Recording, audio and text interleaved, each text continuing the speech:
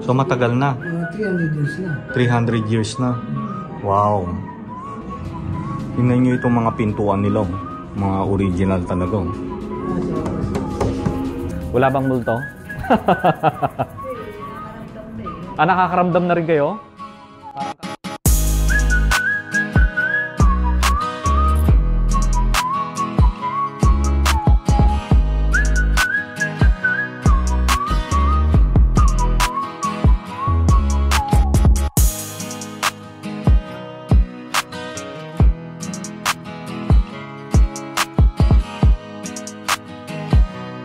So nandito na nga tayo sa St. Mary Magdalena Parish Church dito nga sa Pililla, Rizal.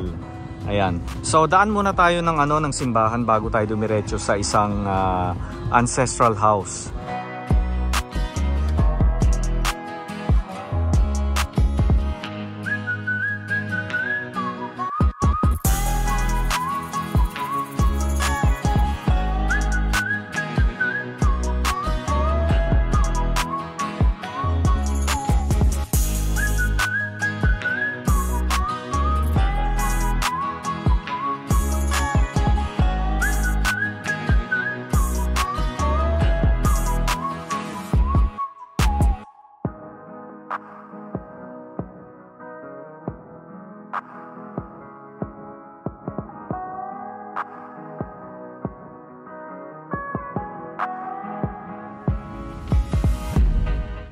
So muli siyang itinayo noong 1670 hanggang 1673. Ayan. Okay. So maraming beses pala siyang inayos Okay, parang sarado ang Parang sarado ang simbahan nila. Tignan nga natin dito sa may exit. Kung pwede tayong sumilip sa loob.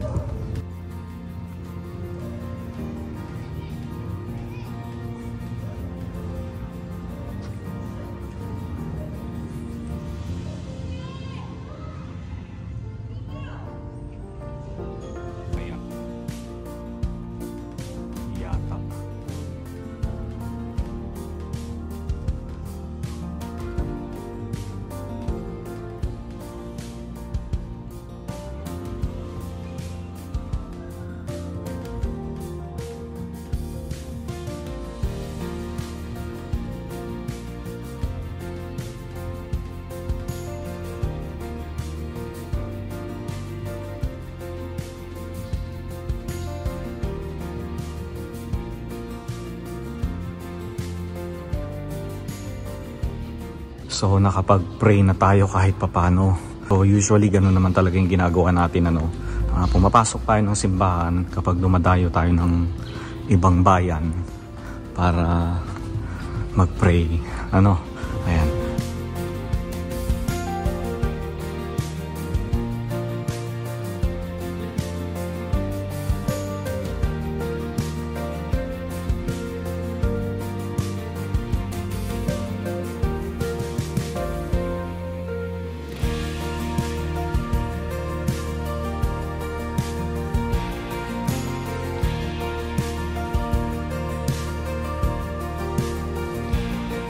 Mga Jubero, so nandito na tayo sa Kasauleta na tinatawag So nakausap ko na yung caretaker.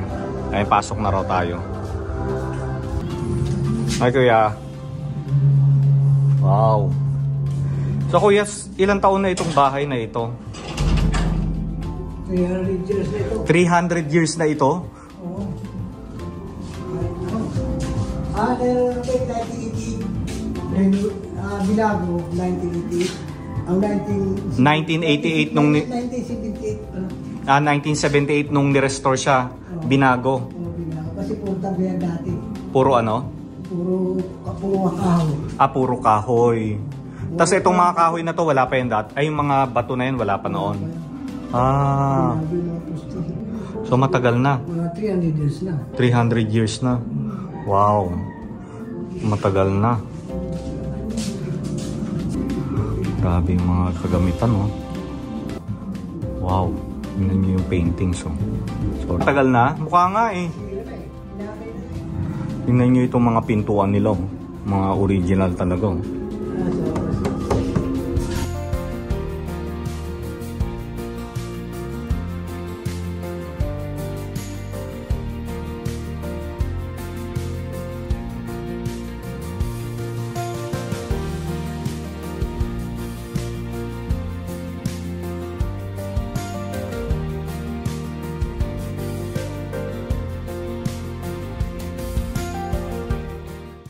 Urig to? Ang galing oh. Pilipino kaya ang gumawa nito? Kung ginagawa sa La Union. Ah, sa La Union pa. Ah, okay. Ano yan? Yung baka na ginagawa dyan. Oo. Pero nakikita ko yung mga bakal, yun yung mga luma. Tapos eto, Pilipino na ang gumawa, no? Nag-ukit nito para gawing... Ah, okay talaga.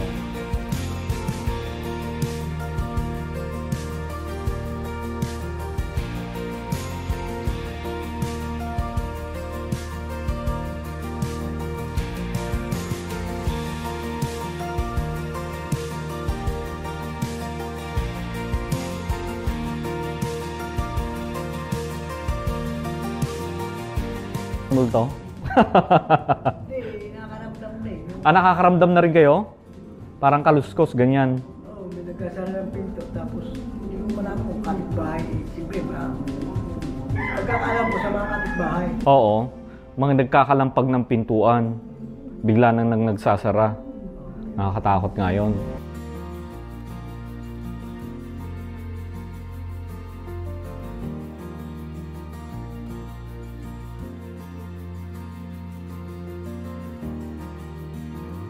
Ito yung mga upuan na uso noon. Yung nakita natin sa Halandoni sa The Pink House. So noong araw daw, kaya ganyan yung mga upuan. Diyan daw nilalagay yung mga manok. Yung mga niririgalong manok, ayan Oh. Yes, galinera. Galinera. Galinera or from the Latin word gallio meaning is chicken. Kasi before, yung storage area niyan sa ilalim, yung purpose is para sa mga manok. Lalagyan siya ng mga ganon? manok. Yes. Because okay. before... Lagayan ng manok. Yes. Kapag may mga bisita, kapag may mga regalo, usually yung common na mga niregalo is manok. So habang naghihintay dito sa ilalim, yung mga dala nilang manok is dyan yan nilalagay. Oh, so ginawa pala, ang purpose pala ng upuan na yan, para sa manok talaga. Yes, yung storage area niya sa ilalim. Oh. Unlike ngayon, ang mga sapatos or magazines na yung mga nilalagay dyan. Oo nga, yes. Pero itong kuya, yung ito bago na nung ni-restore ito, no? Nung 1978. Pero itong mga kagamitan dito, kuya, original ito, na dito talaga. Hindi, yung iba galing sa Union. Dinala na lang dito para punuan. Ah, okay. So hindi lahat ng gamit ay... Yung bahay. Oo nga po. Oo. Ayan, katulad yan, chicken. Oo. Etong sahig, yung yung ceiling, tingnan nyo, original yan. No, kuya, no? Yung mismong kahoy. Ito, mga bago na to, kuya, no? Yung lababo, no? Bago na yan, no? No? Oo, kasabay nung inayos siya. Yung refrigerator mo, kuya, antique na rin. Tignan natin yung brand. Baka may mga familiar pa sa inyo. Ano to? High freeze. Oh. Wala na. Eto, kuya, alam mo kung saan ito? Etong paintings dito. Yan Saan? Saan yan? Dito lang din po sa Pililya. Sa may harap ng munisipyo. Okay. Pero ngayon wala na yan, di ba? Wala na. No? Ano yan? Puro lupa na yan. Puro lupa na. Pwede ba akong makit sa taas, kuya? Pwede.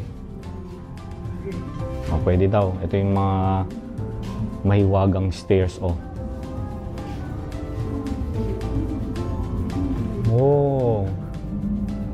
Ito na, puro kahoy na, So, ito siya talaga dati. Inis ko pa lang yan.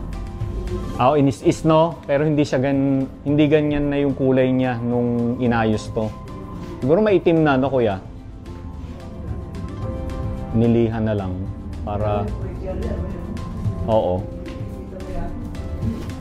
Ito, oo. Ito, yun. Tigas. Anong kahoy yan? Yakal. Ayan, yakal. Tigas, Oo.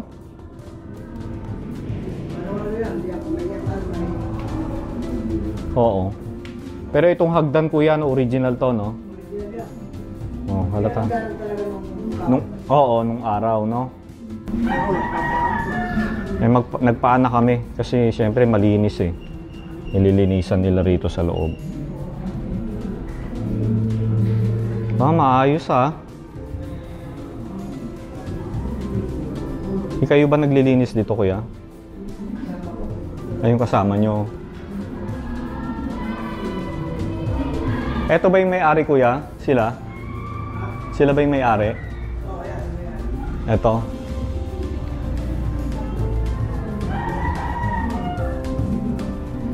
Parang Chinese sila, kuya, no? May lahi, no? Oo, purong Pilipino. Grabe yung mga kahoy, oh. Tingnan nyo, oh. Oh. Oo nga, eh.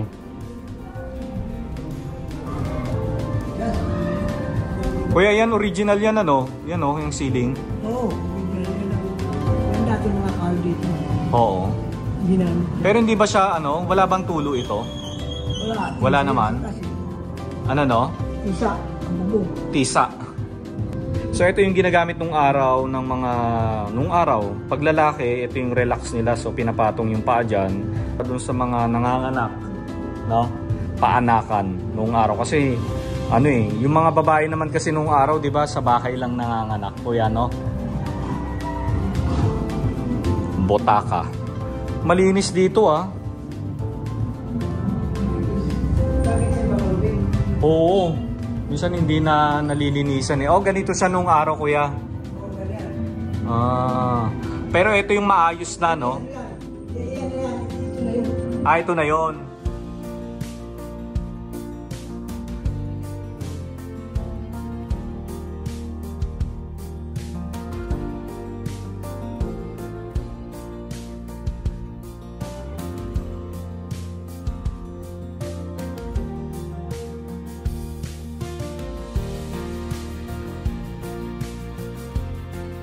Buti may harang, kuya, itong mga to.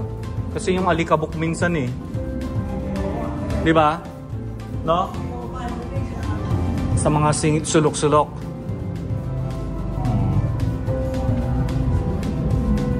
Galing ng chandelier, oh. So ulitin ko lang, ano, na hindi lahat ng kagamitan dito ay original na nandito sa bahay. So karamihan ay galing sa ibang lugar na dinala rito.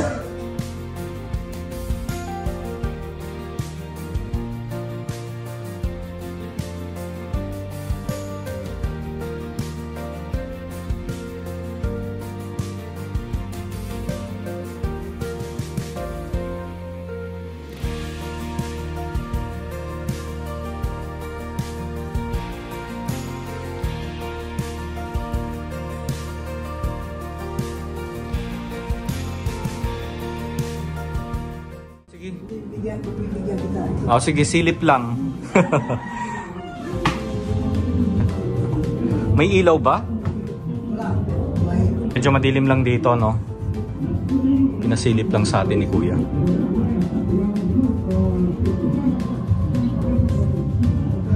Ganda naman ng kama na ito. Ano to, kuya? Dito talaga itong kama na to? Itong araw? O nilagay lang dito? Ano yan? Antik yan kasi yung si Marcos yung may yung araw. Oo. Dalawa lang sila ni may-ari dito na may ganyan. Talaga? Si Marcos lang ang may ganito nung araw, na ganito kalaki. Ganyan. Okay. Ayan, halika na, labas na tayo. Pinasilip lang sa atin ni kuya yung ano, itong isang kwarto. So anong balak gawin dito ng may-ari, kuya? Alam nyo po? Gagawin ba tong restaurant? I-open ba talaga ito sa publiko? Kahit na sino pwede? Kasi parang lumalabas private dito eh, no, kuya? Tama? Oo. Oo, hindi public. So anong balak kaya ng may-ari, kuya? Alam nyo? Oh, yun nga maganda, no, kuya, no? Restaurant. Oo. Parang boutique. No?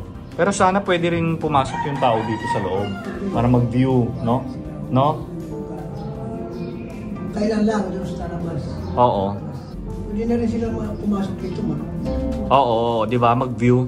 And so kasama natin yung caretaker dito nga sa Casa Oleta. Tama ba, kuya? Si Sir Jack Clau. And sir, maraming salamat sa pag-tour nyo sa amin dito. Pag-allow nyo sa amin na mag-view dito sa bahay.